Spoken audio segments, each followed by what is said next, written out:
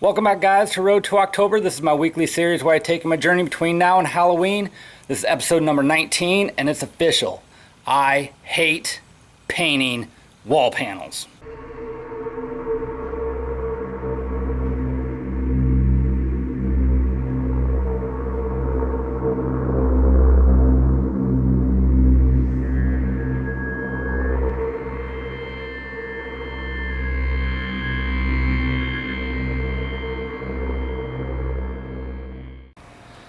So one of our local general contractors was having a yard sale today, so I swung over there and picked up a couple of these residential pre-hung doors that they had.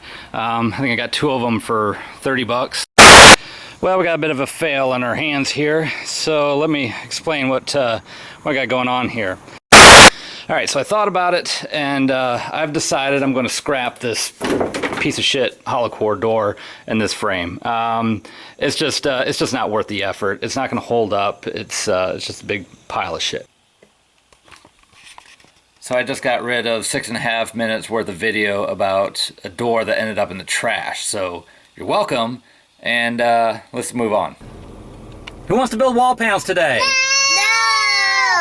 Alright, we're here at Lowe's. We ran out of building materials, so we're getting some Luan and some 2x2s so we can build another dozen or so panels. And got my helpers here. You gonna load some lumber this time? He's gonna dance. It's kind of help we have. Alright, we are in the midst of making wall panels. We got all of our 2x2s cut. We got our Luan cut. We got the rest of our Luan here waiting to be assembled, and so far I got 2 panels done, and they're going very quickly, which is good. So I should have these things wrapped up in the next hour and a half, 2 hours or so, and then hopefully we start painting. It's kind of breezy out, and I was planning on spraying the paint, so I don't know how that's going to work out, but anyway, it's going good. Alright, 3.5 hours later, we got 10 panels. So I'm going to start painting these now.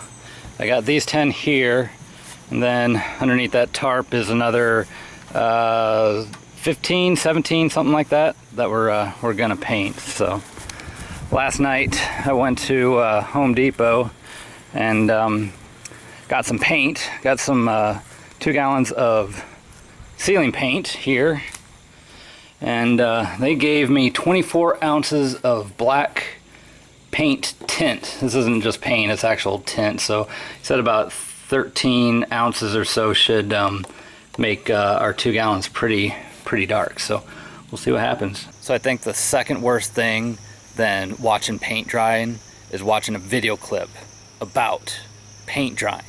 But that's what we're doing. So we got our panels all painted. Well, we got 10 of the 10 that we built today are all painted. And these are my dark, almost black panels, as you can see. They're just a really light gray, but that's all right. But we got them all done. Oh shit! Almost fell, fell down there. I got 10 of them done. I painted the back of one of them, and I got to paint the back of at least 5 of the other ones, and then I still got the ones up there under the tarp, which actually I counted, there's only 11 up there, and there's the 2 in the garage that have the drop panels. But so we got a lot more painting left to do. I'm kind of disappointed that these aren't as dark as what I was hoping they would be, but I think it's gonna be good because this will let me do like wash coats and stuff like that, kind of make them look dungy, kind of like what Perdition Homes does with this is almost similar color to what their panels were, and you know, they did the wash coat and, you know, the dungy and all that stuff. So I think that's what we're gonna do. So we got these 10 done.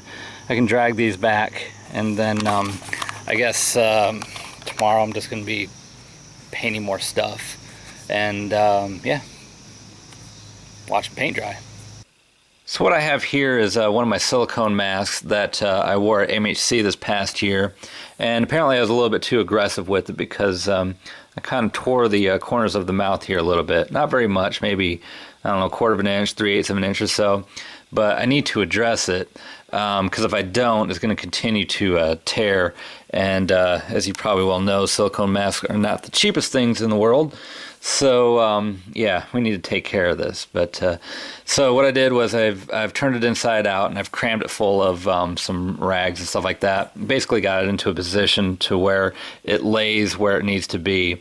And I got some 100% silicone all-purpose adhesive, and I got some pantyhose here, some nylon to use as reinforcement. You see, these masks already have reinforcement on it, but like I said, you know, it tore right through it. So, and this is actually not the first time I've repaired this. I've gone in here and put a patch on the inside of it before on a defect. So anyway, it's not that big of a deal, but we're going to lay some silicone in here and reinforce it and let it set for a couple days. I'm not going to touch it or move it or anything, and then if we do it right, we should be all set to go. All right, round 2 on this stupid door. Is anybody else thinking that this is way too much work to be putting into a door? It is. So I got the MDF glued down. This side is drying right now. This side is stuck. This time around I used Gorilla construction adhesive, and this seemed to do the trick. And it should, because this is like $8 a tube as opposed to liquid nails, which is like $3. And it took 2 tubes of this. So now I'm into a $30 door and $16 in glue. So I almost could have just went and bought a flush door by now. All right, I think we're good to go. It's been 2 days, 3 days, and I came down here and checked it after the first day, and it was pretty much cured. So yeah, I think we're good to go. So I'm going to put the camera down and turn it inside out and check it out.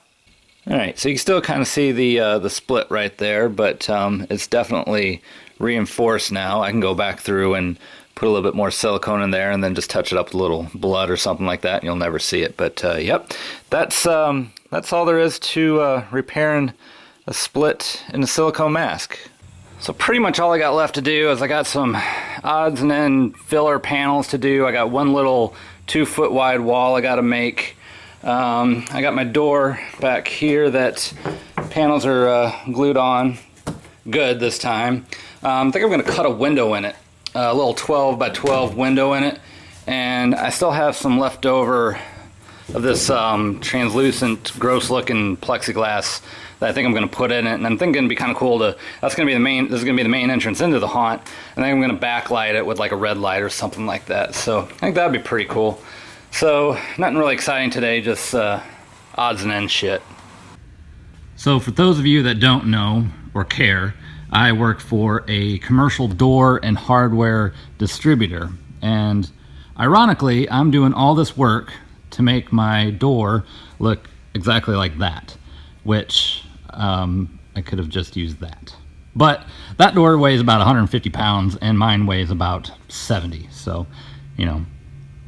Doesn't feel like I accomplished much today, but got the door done, got the window put in it, and got my door frame built, and got one other panel put together. So tomorrow, hopefully, if it's not raining, I'll be able to paint the rest of my material up and should be good to go. Sunday morning, and got some painting to do today. Skies aren't looking too promising. If you can see back there's normally a mountain back there that you can see, but we got low-lying clouds, which probably means it might rain later. And yeah, that's not gonna help the situation. I know it's gonna happen. I'm gonna drag everything out and get ready to start painting, and it's gonna start raining on me. So I guess we'll give it a shot, see what happens. All right, I think we're in good shape. We got our frame painted, we got our door painted. Next I'll have to do some rusting and stuff like that.